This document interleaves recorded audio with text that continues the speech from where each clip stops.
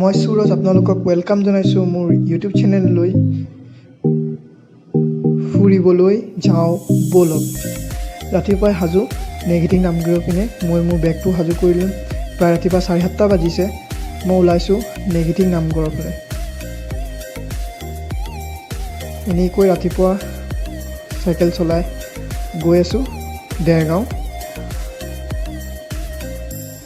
গৈ পালোঁগৈ Sanjeev tea stall, গোলাঘাটৰ ফেমাছ টি ষ্টল। তাতে চাহ একাপ খালোঁ ৰাতিপুৱাই। তাৰপিছত বাকী যাত্ৰাটো আৰম্ভ কৰিম। আমি গোলাঘাটৰ মেইন টাউন হৈ দেৰগাঁও গৈ আছোঁ। আপোনালোকে পাৰিলে বাছেৰেও যাব পাৰে, বাছ ষ্টেণ্ডৰ পৰা ইয়াৰ পৰা নেঘেটিং নামঘৰলৈ, মানে নেঘেটিং শিৱদৌললৈ।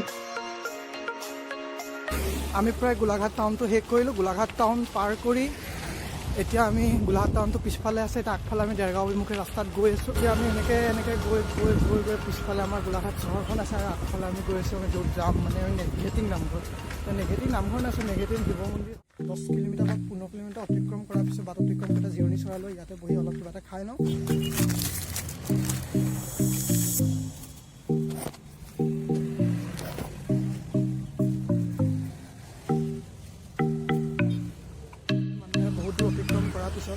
ৰাস্তাৰ বাটে কাষে আচলতে দেখিবলৈ পোৱা যায় ইয়াতে মানে জিৰণি লয়।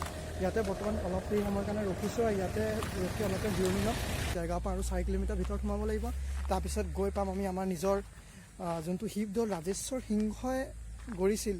আচলতে বহুত ঐতিহাসিক জড়িত হৈ আছে সেই শিৱদৌলটোৰ প্ৰতি। আমি অসমৰ কিছুমান এনেকুৱা ঐতিহাসিক বস্তু যাত আমি দেখিবলৈ পাওঁ, আমি সেইবোৰ বস্তু অকণমান আমি আহি পালোঁহি দেৰগাঁও। প্ৰায় 26 কিলোমিটাৰ অতিক্ৰম কৰি দেৰগাঁও পালোঁ। ইয়াৰ পৰা আৰু 1.5 কিলোমিটাৰ যাব লাগিব। তাৰপিছত আমি আমাৰ নিজৰ ঠাই য'ত আমি যাবলৈ বিচাৰিছোঁ নেঘেটিং ঘৰত তাত গৈ আমি উপস্থিত হ'ম। এয়া হৈছে দেৰগাঁও চাৰিআলি, নেশ্যনেল হাইৱে 37। ইয়াৰ পৰা ৰাইট ছাইডে গ'লে আপোনালোকে যোৰহাট যাব পাৰিব আৰু লেফ্ট ছাইডে গ'লে ভূটান। আমি বৰ্তমান ৰাইট ছাইড হৈ গৈ আছোঁ নেঘেটিং নামঘৰলৈ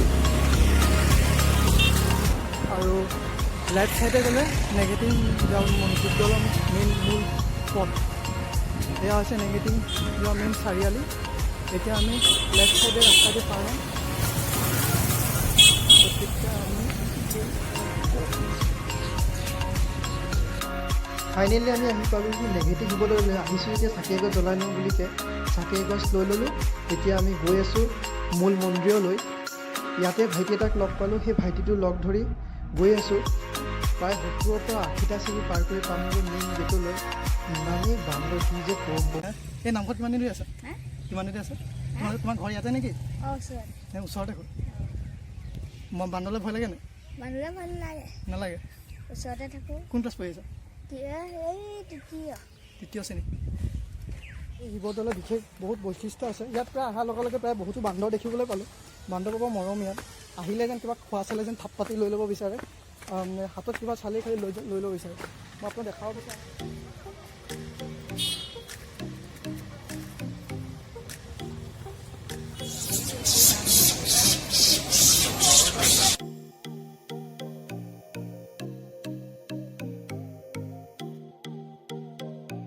তুমি চাইকেল চলাই ভাল পোৱা হয় নাই? যাওঁ। এনেকৈ আহি পালোঁ মূল গেটলৈ। ইয়াত লিখা আছে চক 1751 পৰা 1769লৈ ইয়াৰ প্ৰতিষ্ঠাতা ৰাজেশ্বৰ সিংহ। ব'লক আমি ভিতৰলৈ সোমাওঁ আৰু জানিবলৈ চেষ্টা কৰোঁ ইয়াৰ ভিতৰত কি কি আছে।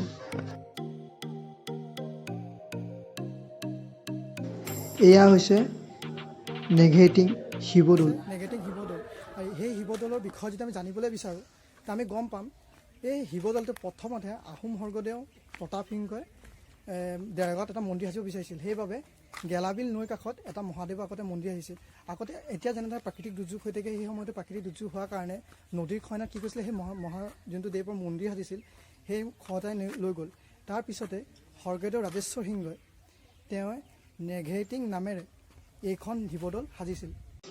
ইয়াত আচলতে নেঘেৰি নামৰ চৰাই এটা আছিল, যাৰ বাবে ইয়াৰ নাম নেঘেৰিটিং দিয়া হৈছে। আৰু এটা কথা, ইয়াত দেৱদাসী নৃত্যটো প্ৰচলিত হৈছিল। দেখিবলৈ পাওঁ এনেকুৱা 4টা সৰু সৰু দৌল আছে। সেই দৌলকেইটা ক্ৰমে তাত 4টা বিগ্ৰহ আছে, ক্ৰমে গণেশ, দুৰ্গা আৰু সূৰ্য দেৱতা আৰু বিষ্ণু। এই শিৱদৌলটো আমি যদি বিশেষকৈ দেখিবলৈ যাওঁ, কিছুমান আহোম যুগৰ কাৰুকাৰ্য দেখিবলৈ পাওঁ। এইবোৰ ভাস্কৰ্য শিল্প আহোম যুগৰ দিনতে বনোৱা, প্ৰায় 200 বছৰ আগতে। ইমান ধুনীয়াকৈ গঢ় বৰ্তমান এইবোৰ দেখিবলৈ পোৱা নাযায়। আমি ইয়াৰ পৰা যাবলৈ ওলাইছোঁ। ইয়াত মানুহে কৈছে ওচৰত এটা পুখুৰী আছে, সেই পুখুৰীটো বোলে বহুত যেতিয়া মন্দিৰ সাজিছিল তেতিয়াই বোলে পুখুৰীটো সজা আছিল। ব'লক আমি সেই পুখুৰীটো চাব। মানুহে কৈছে যে ইয়াৰ ওচৰতে এটা পুখুৰী আছে, সেই পুখুৰীটো যেতিয়া শিৱদৌলটো প্ৰতিষ্ঠা কৰা হৈছিল সেই সময়তে এই পুখুৰীটো বনোৱা হৈছিল। পুখুৰীটোৰ নাম হ'ল বৰপুখুৰী। মানুহে কোৱা মতে, ইয়াৰ মানুহে কোৱা মতে এই পুখুৰীটোৰ নাম বৰপুখুৰী। বৰ্তমান আমি ইয়াৰ ভিতৰতে সোমাই আহিছোঁ ক্ৰমে। এই ভিতৰলৈকে সোমাই আহিছে যে চাম এই পুখুৰীটো কি আছে। ইয়াৰ মানুহে কৈছে যে ইয়াৰ এই পুখুৰীটো বহুতো খন্দাৰ চেষ্টা কৰিছিল বা পানী সিঁচাৰ চেষ্টা কৰিছিল, কিন্তু এই পানী সিঁচিবলৈ পৰা নাছিল। এই পানীটো কেতিয়াও নুশুকায় বুলি কৈছে। আৰু মানুহে কৈছে যে সেই শিৱদৌলত যোনে মানে শিৱৰাত্ৰিৰ দিনা পূজা পাতিবলৈ আহে, সেই তাৰ মনোবাঞ্ছনা পূৰ্ণ হয় বুলি। আপোনালোকক দেখাব বিচাৰিম, মোৰ এই পিছফালে আছে এই পুখুৰীটো। এই পুখুৰীটোৱে প্ৰায় 200 বছৰ পুৰণা। যদি আমি অনুমান কৰোঁ যেতিয়া শিৱদৌলটো প্ৰতিষ্ঠা কৰা হৈছিল, এইটো বোলে ৰজাৰ দিনাই পুখুৰী বুলি। এয়াই হয় সেইটো পুখুৰী, যোনটো পুখুৰীত মানুহে কোৱা অনুসৰি বহুত পুৰণা ব্লগ হয়। মোৰ চেনেলৰ প্ৰথমটো ব্লগ মই কেতিয়াও কৰি পোৱা নাই। সকলোৱে কোৱাৰ পিছত মই চেষ্টা কৰিলোঁ এটা ব্লগ কৰাৰ। যদি মই নাৰ্ভাছ হৈ গৈছোঁ, তথাপিও যদি কিবা ভুল হৈ থাকে আপোনালোকে ক্ষমা কৰিব। যিমানটো জানিব পাৰিলোঁ আপোনালোকক জনাবলৈ চেষ্টা কৰিলোঁ। তাত যদি কিবা ভুল হৈ থাকে বেয়া কয়। যদি ভিডিঅ'টো ভাল পাইছে তেতিয়াহ'লে লাইক এটা কৰি দিব, আৰু যদি বেয়া পাইছে তেতিয়াহ'লে কমেণ্টত জনাব। পৰৱৰ্তী পৰ্যায়ত আৰু নতুন নতুন ঠাই আমি ফুৰিম। যিমান পাৰোঁ চাইকেলেৰে কভাৰ কৰিম, চাইকেল লৈ ফুৰিম, আনতকৈ অলপ বেলেগকৈ। ইমানটোৱে কৈ মোৰ আজি ভিডিঅ'টো ইয়াতে সমাপ্ত।